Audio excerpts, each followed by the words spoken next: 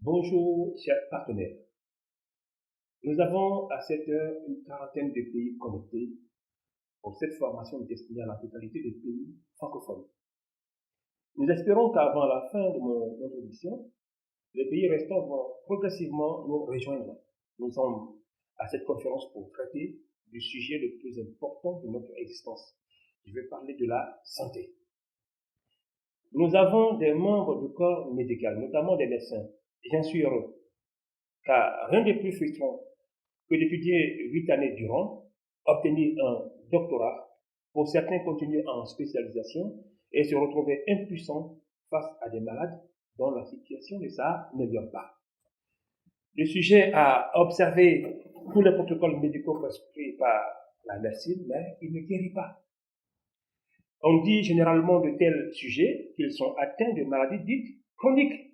Certains emploient même des expressions telles que maladie incurable ou maladie inguérissable. Alors, ce webinaire vient apporter à l'humanité une bonne nouvelle.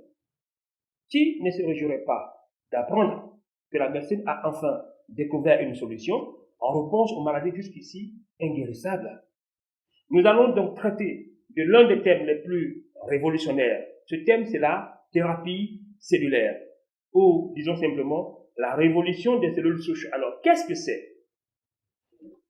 La thérapie cellulaire se présente comme le plus spectaculaire progrès scientifique de nos jours. Durant cette formation, nous allons vous démontrer pourquoi nos médecins devraient assez rapidement découvrir cette solution. Pourquoi également nos médecins devraient l'adopter et pourquoi surtout nos médecins devraient accéder à cette nouvelle méthode de soins qui intervient en traitement adjuvant.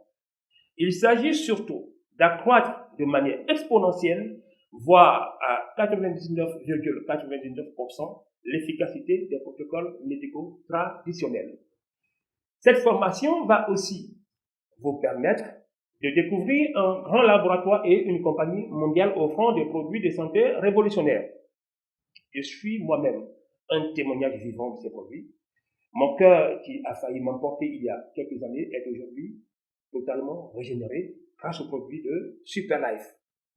Avant de commencer, je rappelle ici que cette formation concerne tout le monde. Partagez donc le lien à tous vos contacts. N'oubliez surtout pas de vous abonner à notre chaîne pour d'autres formations croustillantes. Alors, je vais lancer notre cri de guerre. Quand je dis Superlife, vous répondez Life is super. J'espère qu'on a le retour micro. D'accord. Alors, après cette formation, vous allez enfin comprendre pourquoi personne ne pourra plus jamais dissocier la science de Dieu qui est le créateur de toutes choses. Alors, nous sommes nés dans un monde qui est régi par une forme de médecine dite médecine classique. Cette médecine appartient au domaine de la science qui elle-même n'est pas statique parce que la science effectue couramment des recherches. Ces recherches récemment ont effectué une grande découverte, notamment la découverte de ce que l'on appelle des cellules souches. Depuis lors, cette médecine donc est parvenue à mettre en place une méthode efficace dénommée la thérapie cellulaire. La médecine n'est donc plus au stade de médecine dite classique, elle est maintenant au stade de médecine dite médecine régénératrice. Le mot il est assez évocateur. Je parle ici de la médecine du futur. Il est important de savoir ce que c'est qu'un médecin. La notion de médecin, comment est-ce qu'on pourrait la définir? Alors, je pourrais le plus simplement possible définir le médecin comme étant un professionnel de santé, donc une personne censée avoir une parfaite maîtrise du fonctionnement de l'organisme, mais quelqu'un qui surtout comprend le langage de nos organes. Dieu nous a créés en nous dotant d'un organisme. L'organisme, c'est l'ensemble de nos organes. Et Dieu a permis que ces organes-là, entre eux et nous, il y ait un minimum de communication. Alors, lorsque notre organisme va mieux, on dit de nous que nous sommes en santé, n'est-ce pas? Mais dès l'instant où, à l'intérieur de cet organisme, un seul organe vient à dysfonctionner, on dira de nous que nous sommes malades. Alors, je pourrais simplement définir la maladie comme étant un simple dysfonctionnement organique. Alors, qu'est-ce qui se passe? L'organe qui a un souci va nous envoyer un message, il va nous communiquer. Alors, comment est-ce que l'organe va s'y prendre? l'organe ne parle ni français ni anglais, il va simplement s'exprimer en nous envoyant des signaux. Dans le genre des vertiges, ça peut également être de la migraine, ça peut être de la fièvre ou des vomissements, ou ça peut carrément être de la douleur. Nous avons d'autres signaux, mais je m'en tiens qu'à ces 5 éléments-là. Alors, dites-moi un peu parmi vous, qui est-ce qui peut me dire qu'il aime la douleur? C'est sûr, personne de toutes mes conférences, je tombe souvent sur des personnes qui me disent non, qu'elles n'aiment pas la douleur. Alors, pourquoi est-ce que vous n'aimez pas la douleur? Alors, si je vous disais par exemple que Dieu a créé la douleur comme étant un de nos meilleurs amis, qu'est-ce que vous en diriez? Alors, imaginez-vous un instant que la douleur n'existe pas. Alors, combien serions-nous à mourir dans l'ignorance? Parce que grâce à la douleur, nous serons contraints d'aller voir le médecin. Donc, le médecin va nous soumettre à une batterie de questions pour notamment comprendre ce qui ne va pas. Et pour donc étayer son hypothèse diagnostique, le médecin va nous conduire à un bilan de santé. Toute cette démarche consiste en un seul but. C'est simplement d'aller dans l'organisme en vue d'identifier l'organe qui envoie les signaux. Alors, dès l'instant où le médecin est parvenu à l'identifier, c'est dans ce moment maintenant que le médecin va poser un diagnostic et va donc en ce moment-là nommer la pathologie. Il nous dira par exemple, vous souffrez de telle ou telle pathologie, et c'est en ce moment que nous sommes maintenant informés de ce que nous avons. Alors, le médecin va finir son action par nous prescrire un médicament. C'est quoi un médicament? On pourrait définir le médicament comme étant une substance qui est faite en laboratoire à partir d'éléments de la nature qui comportent des molécules capables d'annihiler les signaux que nous envoie l'organe. Donc, les signaux que nous venions de voir tout à l'heure. Donc, le médicament va simplement dire au vertige, stop. Le médicament a pour rôle de dire simplement au vomissement, et stop. À la migraine, à la fièvre et à la douleur, donc stop. Donc, le médicament n'a de fonction que d'annihiler ces signaux-là. C'est ici que nous allons comprendre le fondement de l'homme, donc appuyé sur ce thème que nous sommes en train de parcourir ensemble. Alors, voyez-vous, nous sommes faits donc d'un organisme et Dieu, en nous créant, nous a doté d'une fonction basique naturelle. Cette fonction que certains qualifient de fonction d'auto-réparation, que la médecine aujourd'hui appelle notre fonction cellulaire. Voilà. Alors, imaginez-vous que au moment où le médicament donc vient pour stopper ces différents signaux-là, la fonction basique naturelle en nous va déclencher. Donc, la fonction cellulaire va déclencher. Et c'est cette fonction-là qui, prenant le relais, va maintenant procéder à la réparation de l'organe défectueux. C'est uniquement lorsque l'organe défectueux est réparé qu'on peut maintenant parler de guérison. Sinon, bien avant, il n'y a pas de guérison. Et c'est ce que j'aimerais vous démontrer. Pour comprendre tout ceci, il faut que nous apprenions à connaître l'homme lui-même. Alors, d'où est-ce que nous venons? Alors, pour naître, il a fallu la rencontre de 2 individus. D'une part, un homme, et d'autre part, une femme. Et les deux, donc, allant ensemble et sexuellement, l'homme va libérer ce qu'on appelle des spermatozoïdes, parmi lesquels il y en a un qui va s'échapper et aller à la rencontre de l'ovule. Nous aurons ici en présence agent mâle et agent femelle. Dès l'instant où les deux se rencontrent, il va se produire un phénomène naturel que la médecine qualifie de fécondation. Alors, ce qu'il faut retenir, c'est que dès l'instant où il y a fécondation, il y a automatiquement naissance d'un œuf. Cet œuf-là, que l'on appelle communément embryon, il porte en réalité le nom scientifique de cellule souche embryonnaire. C'est un mot qu'il faut retenir. Alors, cette cellule, c'est quoi en réalité? Quand elle vient d'apparaître, elle est matérialisée par un tout petit point insignifiant. Voilà, à peine visible, hein. On va dire, il n'est visible qu'au microscope. Alors, ce tout petit point, c'est quoi? Il s'agit de la toute première particule vivante qui constitue nous en tant qu'entité physique. Cela dit, c'est ici que nous avons tous commencé à exister. Alors, cette cellule souche, dès l'instant où elle vient à naître, elle va automatiquement entrer en ce que la médecine qualifie de phase de mitose. Alors, c'est quoi la mitose? C'est simplement un phénomène par lequel la cellule qui au départ était unique va se multiplier. Et comment est-ce qu'elle va s'y prendre? C'est que cette cellule-là va se diviser en deux et donner naissance à 2 cellules identiques. C'est ici que les lois divines entrent en rupture avec les lois mathématiques. On a tous appris à l'école que lorsqu'on fait 1 divisé par 2, on a 0,5, n'est-ce pas? Mais ici, même la médecine n'arrive pas à se l'expliquer. Quand la cellule qui est unique se divise en deux, on a la naissance de deux cellules qui sont identiques, donc des cellules jumelles. Alors ces deux cellules-là vont faire de même pour aller à 4 cellules. Ces 4 cellules faisant de même, elles vont donc atteindre le nombre de 8 cellules et ainsi de suite. Alors, dans leur multiplication, ces cellules qui évoluent jour après jour vont, au bout d'une période que la médecine évalue entre 8 et 10 semaines, atteindre leur premier niveau de maturité. Elles vont donc en ce moment-là passer de leur statut de cellules souches embryonnaires au statut de fœtus. Les cellules qui viennent donc de naître vont au départ donc se multiplier et atteindre des chiffres records de cellules. Alors, qu'est-ce qui va se passer? C'est que ces mêmes cellules-là, elles vont par vagues de cellules, tandis qu'une vague sera en train de fabriquer, par exemple, le cœur, une autre vague va, quant à elle, se focaliser sur la fabrication, par exemple, des poumons. Une autre vague en train de faire les reins, et ainsi de suite. Alors, à l'échéance de 9 mois que dure la grossesse, cette femme-là va ressentir le besoin d'évacuer l'enfant hors de la cavité utérine. On dit d'elle qu'elle accouche. L'enfant qui naît, donc à l'échéance de ces 9 mois, cet enfant-là, il est constitué à 100% de cellules souches. Alors aujourd'hui, c'est assez étonnant que la science le révèle. À la naissance, en nous, il y a de matière qui ne soit cellulaire. Donc tout en nous, que ce soit les os, nos poumons, la peau, les muscles, le sang, tout en nous est fait de cellules souches. À la naissance, voyez-vous un peu ce que Dieu va faire?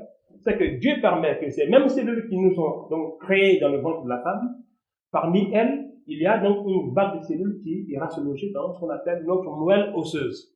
C'est quoi la moelle osseuse? C'est, on va dire, l'ensemble de nos longs os. Voilà, tel que vous le voyez ici.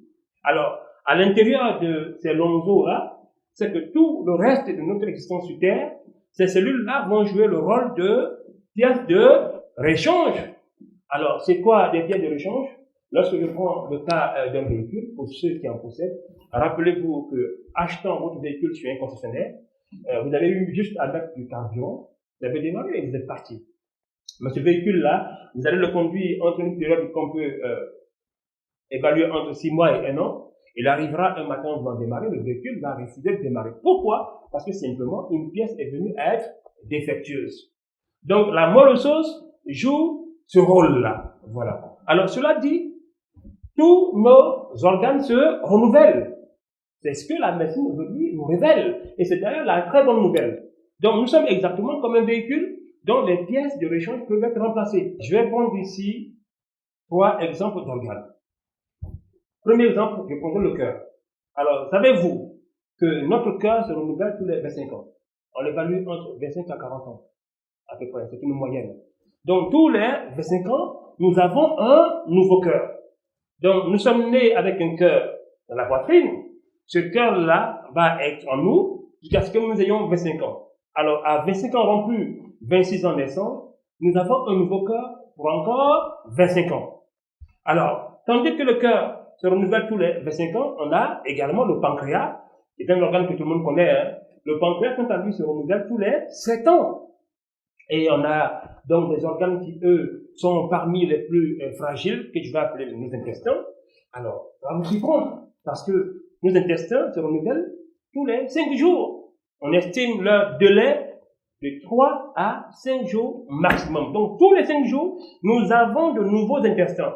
Je peux donc ici vous dresser la liste de l'ensemble de nos organes avec en face le cycle qui correspond à chacun. De manière scientifique, comment va se faire ce cycle de renouvellement? Alors, je vais ici procéder par un schéma qui va tout étayer. Alors, déjà, sachons que il y a 2 principales situations qui peuvent susciter le renouvellement d'un organe. Première situation, c'est que l'organe a soit atteint son cycle de vie. Seconde situation, c'est que l'organe est sujet à ce qu'on appelle une attaque.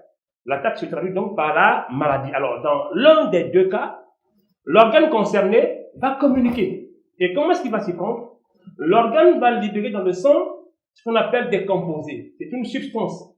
Pendant ce temps, nos cellules sont logées dans la moelle osseuse, tel que vous le voyez dans le schéma. Voilà. Alors, dès l'instant où l'organe libère donc les composés, ces composés-là vont être un moyen d'alerte En ce moment, elles comprennent qu'il y a un organe qui a atteint son cycle de vie, mais à ce stade-ci, elles ignorent encore lequel. Alors, il va se passer quoi? Ces cellules souches-là vont tout de suite se libérer dans le sang.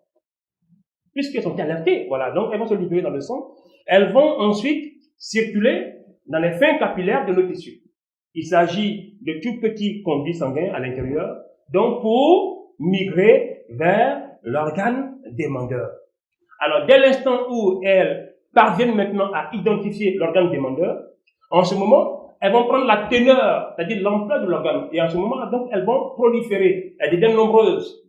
Et la dernière étape est l'étape de différenciation. C'est un langage scientifique pour désigner l'action de transformation. Donc, c'est à ce stade-ci que les cellules souches qui, au départ, donc, étaient embryonnaires, donc des cellules, on va dire, hybrides, vont revêtir le caractère de nouvelles cellules appartenant à l'organe demandeur. Donc, si ici, notamment, il s'agissait donc du cœur, c'est en ce moment-là qu'elles vont devenir des cellules du cœur qu'on appelle des cardiomyocytes. Il se serait agi du poumon, elles seraient devenues ce qu'on appelle des pneumocytes. Donc, c'est des désignations pour identifier les cellules organe après organe. Donc, si ça avait été les os, on parlera en ce moment de ostéocytes. Ça aurait été le sang, on parlerait de érythrocytes.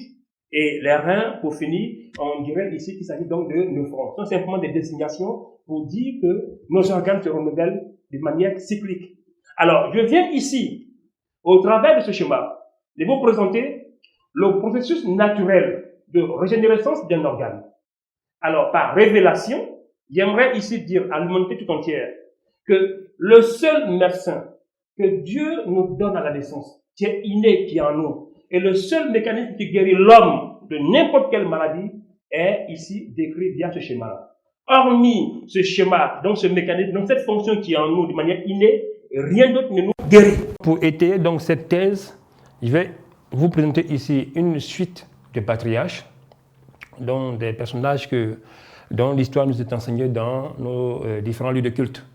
On a une suite de patriarches donc d'avant le déluge, et un autre groupe de patriarches qui, eux, sont après le déluge. Mais nous allons nous focaliser sur un personnage, notamment Adam. Adam qui est donc, on va dire, notre grand-père en commun, donc le premier humain. Alors, que dit nos livres saints? Dieu, en créant Adam, a dit d'Adam qu'il vivrait éternellement, n'est-ce pas? Voilà. Alors, dites-moi un peu, au moment où Dieu disait à Adam qu'il vivrait éternellement, est-ce que la structure corporelle d'Adam était en métal? Est-ce qu'Adam était en fer? Non. Adam était fait d'une structure, on va dire corporelle, qui est pareille à celle que vous avez et moi. Voilà. Adam était fait de chair, d'os et de sang. Alors, si donc Adam n'avait pas les capacités donc de vivre aussi longtemps, comment Dieu, qui le connaît, qui l'a créé, peut-il lui dire qu'il vivrait éternellement? Cela veut dire que Dieu, en le dotant de, en tout cas, cette carapace-là, a anticipé, en tout cas, les moyens de la longévité d'Adam. Alors, quel est donc ce secret-là? Alors, le secret de la longévité d'Adam réside dans ce que la science va découvrir, notamment la fonction principale de notre moelle osseuse. Et voyez-vous, cette moelle osseuse donc, qui fonctionne pour nous comme une usine, voilà, lorsque elle est fonctionnelle, donc on va dire opérationnelle à 100%, elle va produire pour nous chaque seconde, je ne dis pas chaque jour, ni chaque mois, ni chaque an, mais toutes les secondes entre 5 et 25 millions de pièces de rechange que la science va appeler nos cellules souches. Cela dit, pour que Adam donc puisse exister donc aussi résistant durant 930 ans, il a fallu que Adam entretienne dans les bonnes conditions cette fonction donc cellulaire-là, donc notamment l'entretien de la moelle osseuse. Alors, qu'est-ce qui a favorisé cela? Je vais vous montrer ici une image. Une image qui présente un peu l'environnement dans lequel Adam a été placé à la création. C'est-à-dire que lorsque Dieu l'a créé, Dieu l'a disposé dans un environnement que nos livres saints appellent le jardin d'Éden. Voilà. Alors, on a ici juste une image illustrative, hein. Ce n'est pas le vrai jardin, mais on va quand même s'en contenter. Voilà, donc je vous fais que sur le jardin. Alors, ce jardin que vous voyez ici, donc, réunit les conditions de la longévité d'Adam. Mais nous, notre génération, lorsque nous sommes arrivés, qu'est-ce qu'on a pu en faire? La salle peut me répondre. Alors, nous sommes, on va dire, la nouvelle génération d'humains, voilà, qui vient donc créer le désordre dans l'environnement. Nous, ce jardin, on va le détruire. Et qu'est-ce qu'on va en faire? Nous allons créer notre nouveau jardin. Alors, dites-moi un peu, n'est-ce pas ici que nous vivons? Voilà, j'en vois qui rigolent, mais c'est une réalité. Aujourd'hui, voici l'environnement dans lequel nous vivons.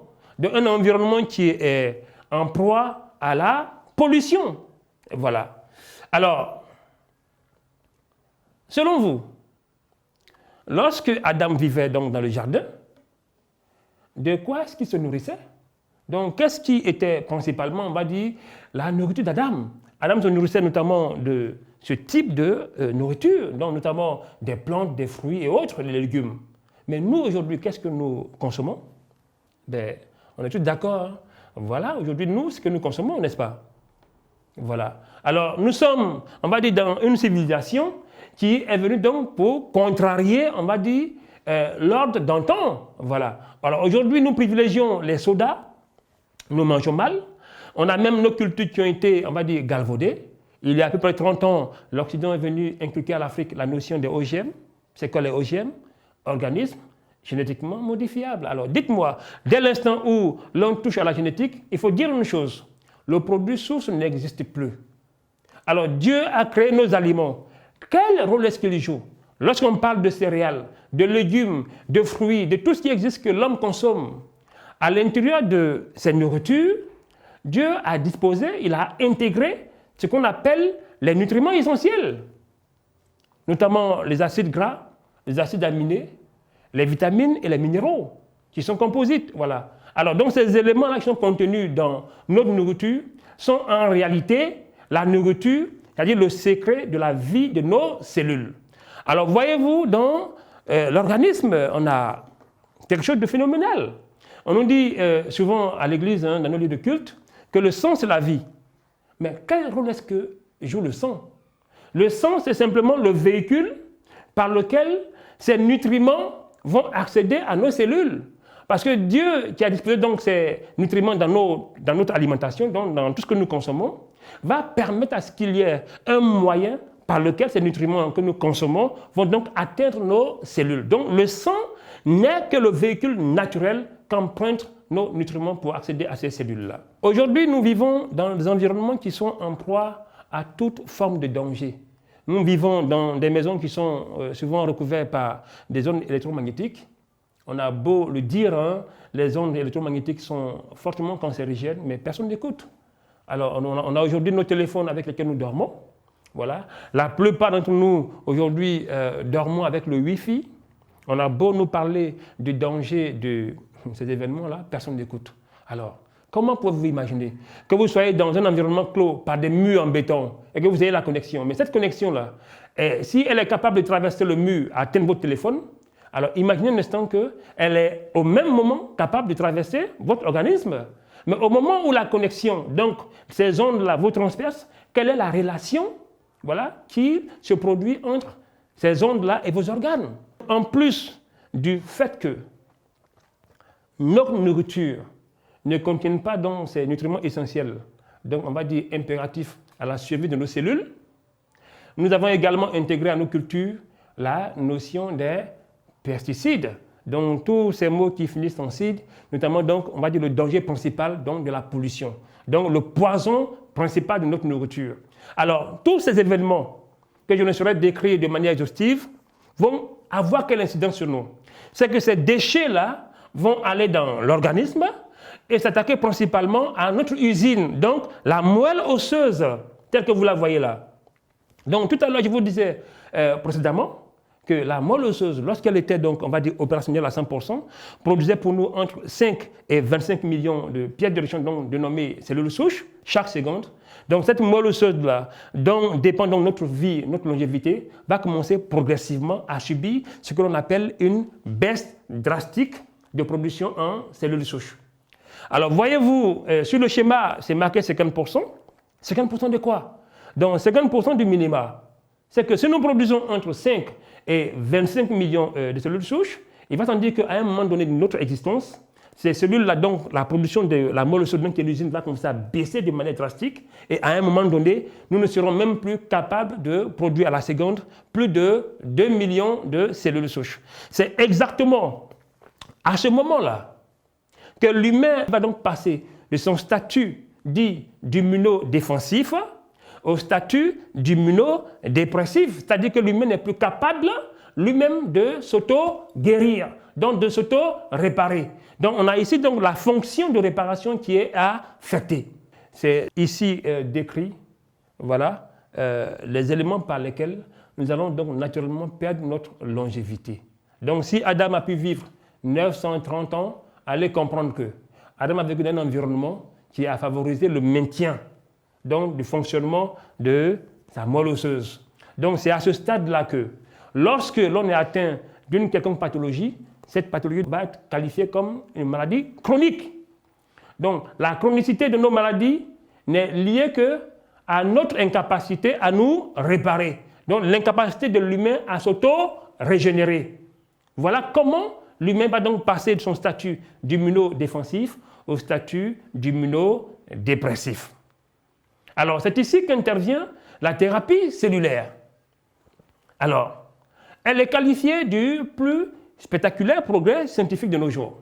Alors, en ce moment, comment est-ce qu'elle est pratiquée dans nos officines, on va dire dans les grandes officines de par le monde, parce qu'elle n'est pas encore répandue. Comment est-ce qu'elle est pratiquée de nos jours? C'est qu'on a ici l'image d'un cœur, voilà, dont la médecine va procéder à une ponction cellulaire sur un sujet.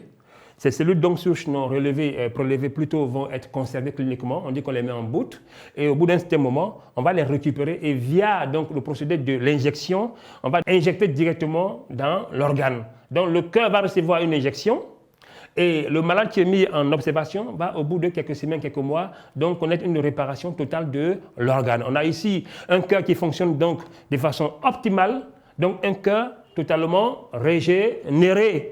On a ici un cœur qui est totalement régénéré. Alors, dans cette médecine-là qui est assez révolutionnaire, d'aujourd'hui, donc, on va dire sur toutes les lèvres scientifiques.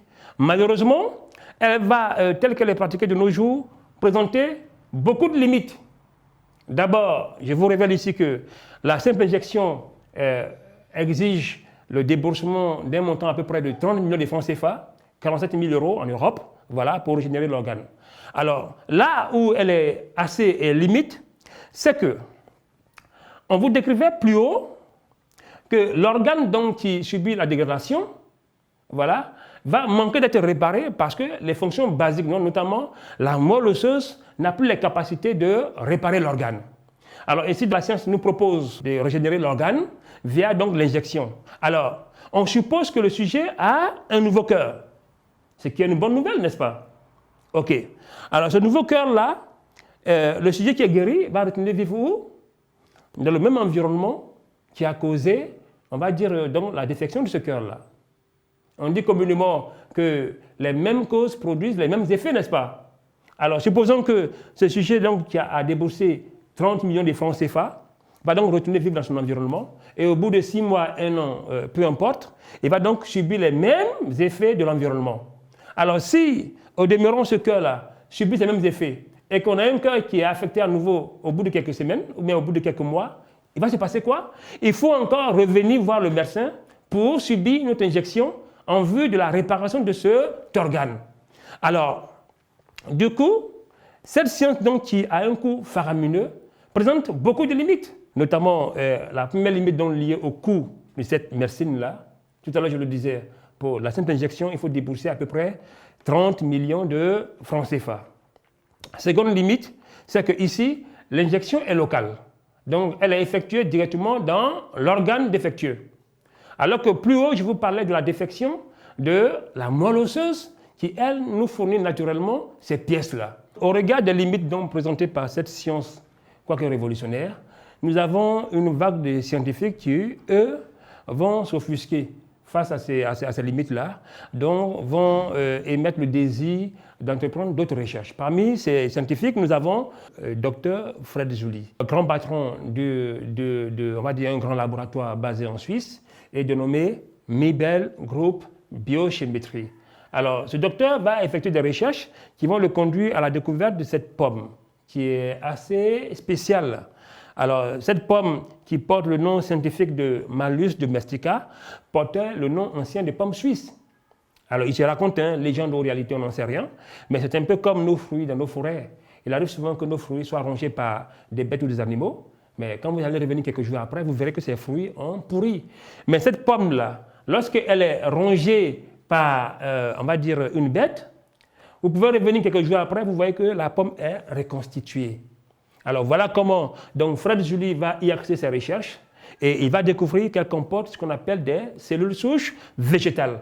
C'est de là que part le déclic. Alors en plus de cette pomme, il va élargir son champ par la découverte d'autres ingrédients, notamment des fruits et des légumes, au nombre desquels on a également ce type de raisin qui est assez spécial lui aussi.